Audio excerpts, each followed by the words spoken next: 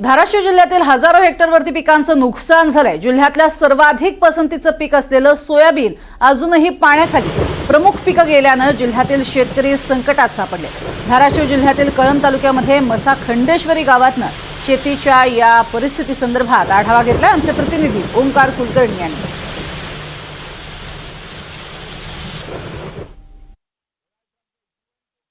धाराशिव जिल्ह्यात मागील 2 दिवसांमध्ये झालेल्या पावसामुळे शेतीचं आतोरात असं नुकसान झालेलं आहे।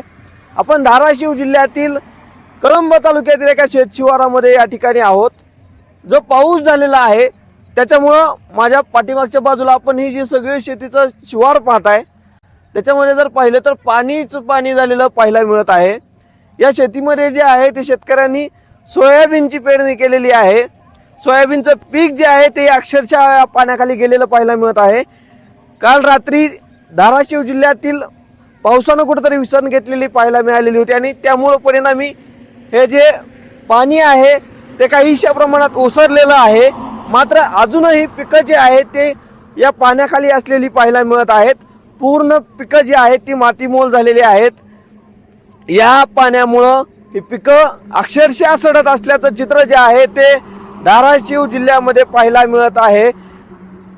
हजारो रुपयांचा खर्च शेतकऱ्यांनी जर पाहिलं तर या संपूर्ण पिकांवरती केलेला आहे।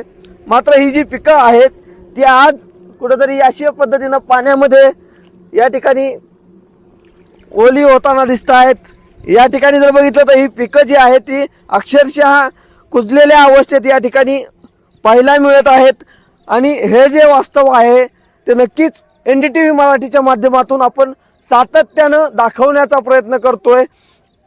आज याच अनुषंगाने जर पाहिलं तर राज्याचे उपमुख्यमंत्री असलेले एकनाथ शिंदे त्याचबरोबर उपमुख्यमंत्री अजित पवार हे धाराशिवच्या दौऱ्यावर येत आहेत। त्याचबरोबर धाराशिवचे पालकमंत्री असलेले प्रताप सरनाईक, आरोग्यमंत्री प्रकाश आंबेडकर हे देखील धाराशिवचा दौरा करणार आहेत। जिल्ह्यातील शेतकऱ्यांचं हे जे काही दुःख आहे त्याबाबत जर पाहिलं तर शेतकऱ्यांकडून वारंवार कुठेतरी ओला दुष्काळ जाहीर करावा अशी मागणी करण्यात येते आणि याच अनुषंगानं उपमुख्यमंत्री या दौऱ्यामध्ये काही घोषणा करतात का याकडेच शेतकऱ्यांच्या नजरा लागलेल्या आहेत। ओमकार कुलकर्णी, NDTV मराठी, धाराशिव।